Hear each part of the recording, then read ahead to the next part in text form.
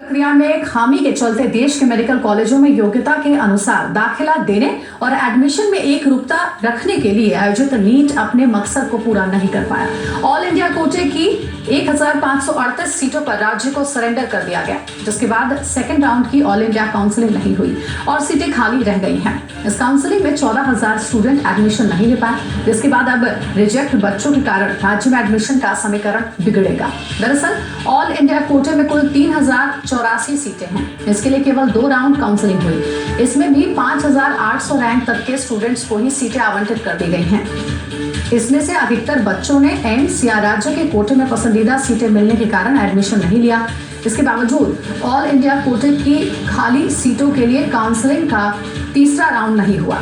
इससे all India counselling के लिए क्वालिफाइड 14,000 छात्रों को नुकसान हो गया, लेकिन इसका सबसे ज्यादा नुकसान स्टेट काउंसलिंग के लिए क्वालिफाइड स्टूडेंट्स को होगा, क्योंकि ऑल इंडिया कोटे से रिजेक्ट छात्रों की रैंक स्टेट में ऊपर होगी।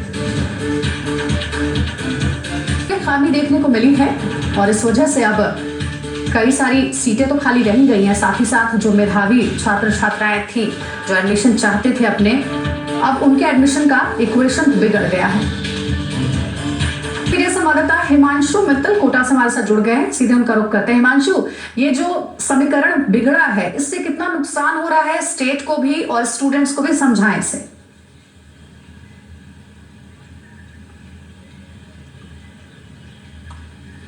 बिल्कुल अंजलि, देखिए पूरे देश में नीट लागू किया गया था ताकि पूरे देश में जो मेडिकल है उसमें समरूपता आ पाए, लेकिन कहीं ना कहीं नीट का जो वो मकसद था लागू करने का, वो हल नहीं हो पाया। नीट की जो काउंसलिंग है उसमें खामी के चलते आपको बता दें कि 1538 सीटें स्टेट को सरेंडर की गई है। इसी के साथ में 2 राउंड के बाद तीसरे राउंड की काउंसलिंग है वो नहीं हो पाई। इससे 14,000 जो स्टूडेंट है वो एडमिशन नहीं ले पाए हैं। अपने आप में जो स्टूडेंट का जो फिगर है वो बताता है कि कितने स्टूडेंट इस काउंसलिंग के तीसरे राउंड नहीं होने की वजह से इफेक्टेड हो रहे हैं। और इसे बेहतर तरीके से समझते हैं NEET expert doctor Amit Gupta हमारे साथ में है। सर, जानना चाहेंगे, बड़ी कोशिश की गई थी, नीट लागू किया गया था, समरूपता लाने की कोशिश की गई थी, लेकिन कहीं ना कहीं जो काउंसलिंग की खामी थी उसने सब कुछ सारे समीकरण बिगाड़ दिए, बहुत सारे स्टूडेंट को इफेक्टेड कर दिया।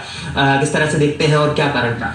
जी हाँ, देखिए इतना एक अच्छा एंडेवर था, इतना अच्छा एफर्ट था, लेकिन सिर्फ एक टेक्निकल काउंसलिंग की खामी की वजह से, जिस पे बार बार ध्यान दिलाने के बावजूद एमसीसी ने ध्यान नहीं दिया, उसकी वजह से आज 3,000 में से 1538 यानी आधी से भी कुछ ज़्यादा सीटें जो हैं वो बेकार जाके स्टेट्स को सरेंडर हो रही हैं। और जो पूरा पर्पस था एक ऑल इंडिया पीएमटी का, एक ऑल इंडिया कोटा का, सेंट्रल पूल का, वो पर्पस डिफीट हो गया है, क्योंकि हम लोग 19,225 कैंडिडेट्स को एलिजिबल घोषित करने के बाद 3,000 सीटें भी नहीं भर पाए और उसमें से 1,500 से ज़्यादा सीटें वापस चली गई। और उस दुखद बात यह है कि जिन 19,000 बच्चों को आपने एलिजिबल किया उसमें से 5,800 बच्चों तक तो सीट मिली, लेकिन बाकी 14,000 बच्चों से आपने पूछा भी नहीं कि भाई आपको एमबीबीएस करना है या नहीं करना, आपको ये सीट चाहिए कि नहीं चाहिए। और बिना उनसे पूछे उनकी सीट्स स्टेट कोटा में सरेंडर कर दी, जहां वो स्टेट पीएमटी के हिसाब से उनकी अपनी मेरिट से भर दी जाएंगी। तो फिर उसको पात्र ही क्यों घोषित किया गया? तो ये टेक्निकल एरर है एमसीसी का, क्योंकि ऑनलाइन काउंसलिंग होती है, वहां पर कोई भी डॉक्यूमेंट सबमिशन नहीं होता, बिल्कुल कहीं नहीं पूछा जाता कि भाई आपने पहले तो कहीं एडमिशन नहीं ले रखा है।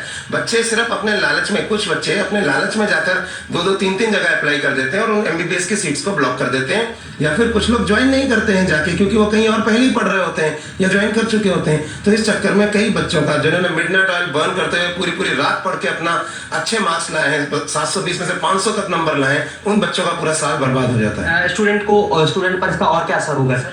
देखिए, ये बहुत ज्यादा डिमोरलाइजिंग है और इस तरह से अगर पूरा साल पढ़ के बच्चा मेरिट लाता है और एक टॉप मेरिट लाता है अखिल भारतीय स्तर पे, वो पहले 19,000 बच्चों में क्वालिफाई होके आता है और उसकी सीट भी खाली है और उसको ये सीट नहीं दी जाती, और तो उसके ऊपर कितना डिमोरलाइजिंग असर पड़ेगा। इससे हमारे देश के जो आने वाला भविष्य है वो क्या सोचेगा? बच्चों का मेहनत पे से विश्वास ही उठ जाएगा। एक तरफ तो हम बच्चों को तनाव मुक्त करने की और डिप्रेशन की बात करते हैं, और जहां पे हम बातें करते हैं हर वक्त हम कुछ प्रणालियों पर उंगली उठाते हैं कि इनकी वजह से बच्चा पढ़ाई के तनाव और डिप्रेशन में जा रहा है, लेकिन दूसरी तरफ हम इन बातों का ध्यान नहीं रखते कि अब इन बच्चों को तनाव नहीं होगा जिनकी मेहनत बेकार जा रही है। क्या सुधार होना चाहिए? किस तरह से इसमें इंप्रूवमेंट होना चाहिए? देखिए, पिछले साल तक 3 राउंड ऑफ काउंसलिंग होते थे, हालांकि तीनों ही राउंड ऑनलाइन होते थे। इस बार उन्होंने 3 राउंड की जगह 2 ही राउंड काउंसलिंग कराई। तो पिछले साल 858 सीटें सरेंडर हुई थी और इस साल 1538 से भी ज्यादा सीटें सरेंडर हो चुकी हैं और ये और हो सकता है ये आंकड़ा आगे बढ़ जाए। इसमें सुधार का एक ही तरीका है जो हर स्टेट करता है, आखिरी काउंसलिंग ऑफलाइन होनी चाहिए जिसमें बच्चों को अपने ये एक डॉक्यूमेंट्स के सॉल्यूशन साथ हो सकता है। हिमांशु, बहुत शुक्रिया आपका करना चाहेंगे तमाम जानकारी देने के लिए और इस पूरे मामले को समझाने के लिए। तो सॉल्यूशन अभी है, जैसा कि डॉक्टर अजय भी बता रहे थे, लेकिन देखना है कि सॉल्यूशन पर अमल हो पाता है या नहीं, क्योंकि सवाल है छात्रों के भविष्य का, छात्रों के करियर का, जो डॉक्टर बनना चाहते हैं आने वाले दिनों में। आगे